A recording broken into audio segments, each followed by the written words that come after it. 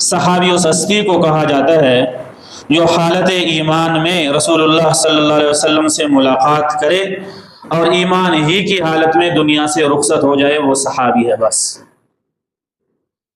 آگے عام ہے کہ وہ ایک دفعہ اللہ کے رسول سے ملاقات کرے حالت ایمان میں، پھر اس کے بعد اپنا علاقہ جائے، ساری زندگی رسول اللہ سے اس کی ملاقات نہ ہو جائے اور حالت ایمان ہی میں دنیا سے رخصت ہو جائے، تب بھی وہ صحابی ہے۔ پھر عام ہے کہ اس نے اپنی آنکھوں سے رسول اللہ کو دیکھا ہے، یا اس کی آنکھیں تو خاکم بدہن، جیسا کہ عبداللہ ابن ام مکتوم ہے، آنکھوں سے تو وہ نہیں دیکھ پاتے تھے، مگر رسول اللہ صلی اللہ علیہ وسلم سے اس نے ملاقات کی تو وہ بھی صحابی ہے۔ اس لیے کہ من لقى النبی صلی اللہ علیہ وسلم مؤمنا به ومات علی الاسلام، صحابی سے کہتے ہیں۔ ہاں یہ بات بھی ہے کہ ایک آدمی نے رسول اللہ صلی اللہ علیہ وسلم سے ساری زندگی ملاقات کی مگر اس نے ایمان نہیں لایا، اللہ کے رسول سے دنیا سے رخصت ہو جانے کے بعد اس نے اسلام قبول کیا، وہ صحابی نہیں ہے، وہ تابعی ہیں، لیکن صحابی نہیں کہلائے گا، اس لیے کہ حالت ایمان میں پیغمبر علیہ الصلوۃ والسلام سے اس نے ملاقات نہیں کی۔ اور یہ بھی ہے کہ اس نے حالت ایمان میں رسول اللہ صلی اللہ علیہ وسلم سے ملاقات کی، اعاذنا اللہ، اگر وہ بعد میں ایمان سے پھر گیا اور وہ اس حالت میں دنیا سے رخصت ہو گیا کہ ایمان دل میں نہیں تھا، تب بھی وہ صحابی نہیں ہے۔ یہ شرط ہے، ملاقات کرے حالت ایمان میں، دنیا سے رخصت ہو جائے حالت ایمان میں، وہ صحابی ہے، اس کو کہتے ہیں صحابی۔ اس کے بعد تعریف ہے اہل بیت کی۔ اہل کا معنی ہے والا، بیت کا معنی ہے گھر، عربی الفاظ ہے۔ اہل بیت کا معنی ہے گھر والا، جس کا گھر ہوتا ہے وہ گھر والا ہی ہوتا ہے، اور جس عورت سے اس کا رشتہ ہوتا ہے وہ گھر والی ہوتی ہے، اور پھر میاں بیوی کے ہاں بچے پیدا ہوتے ہیں وہ گھر والے ہوتے ہیں، کوئی مشکل الفاظ نہیں ہے، ان سب کو گھر والے کہتے ہیں۔ قرآن کریم کی یہ آیت جب نازل ہوئی، انما یرید اللہ لیذھب عنکم الرجس اہل البیت ویطہرکم تطہیرا، پیغمبر علیہ الصلوۃ والسلام اپنے گھر میں بیٹھے ہوئے تھے، تشریف فرماتے،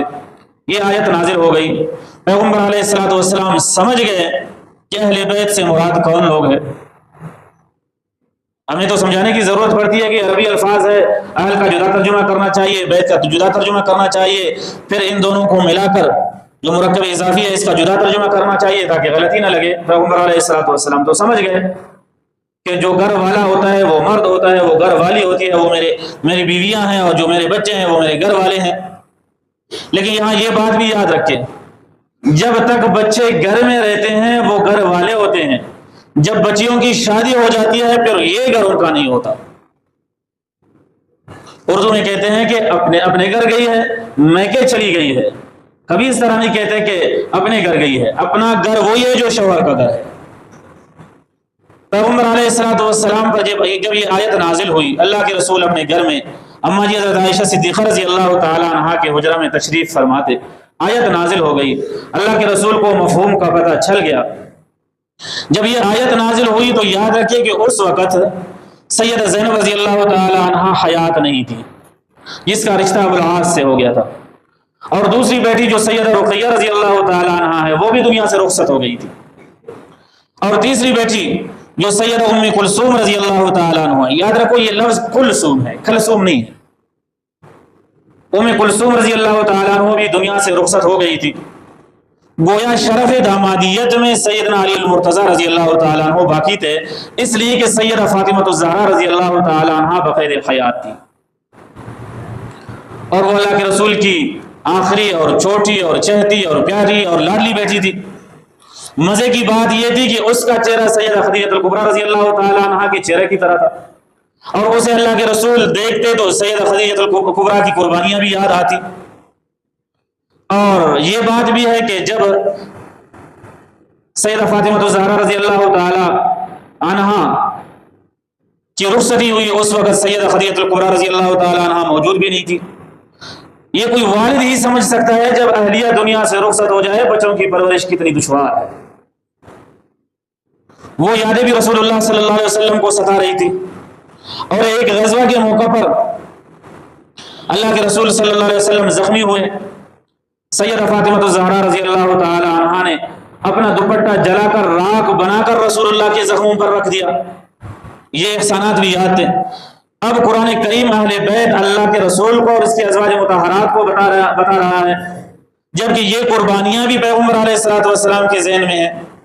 آواز دی، یہاں سے خدیجہ اما جی حضرت عائشہ صدیقہ رضی اللہ تعالیٰ عنہ کا کمرہ ہے، اس سائڈ پر فاطمہ الزہرا رضی اللہ تعالیٰ عنہ کا گھر ہے، درمیان میں ایک کھڑکی تھی۔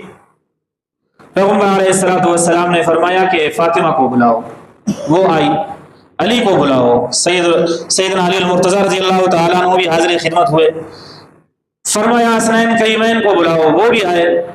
اما جی حضرت عائشہ صدیقہ رضی اللہ تعالیٰ عنہ کی روایت ہے، وہ فرماتے ہیں پیغمبر علیہ الصلوۃ والسلام پر ایک سیاہ چادر اس کے بدن پر تھی، روم کا۔ جب یہ آ گئے ان کو قریب کر دیا، پیغمبر علیہ الصلوۃ والسلام نے اپنی مبارک چادر کھول دیا اور کھول کر اپنے اوپر سے اٹھا کر ایسے ڈال کر سب پر ایسے ڈال دیا، سب اس چادر کے نیچے آ گئے۔ اللہ کے رسول، حسنین کریمین، سیدہ فاطمہ الزہرا رضی اللہ تعالیٰ عنہ اور سیدنا علی المرتضی رضی اللہ تعالیٰ عنہ، جب یہ سب کے سب آ گئے اس کے نیچے، یہ 5 کے 5 اس چادر کے نیچے تھے، پیغمبر علیہ الصلوۃ والسلام نے فرمایا اللہم ہؤلاء اہل بیتی، یا اللہ قرآن کریم کے حوالے سے میری بیویاں میرے اہل بیت ہے، مگر میری زبان سے یہ 4 بھی میرے اہل بیت میں شامل ہیں۔ ان کو قرآن کریم نے اہل بیت بتا دیا، ان کو محمد کریم نے اہل بیت بتا دیا۔ وہ قرآن کا فرمان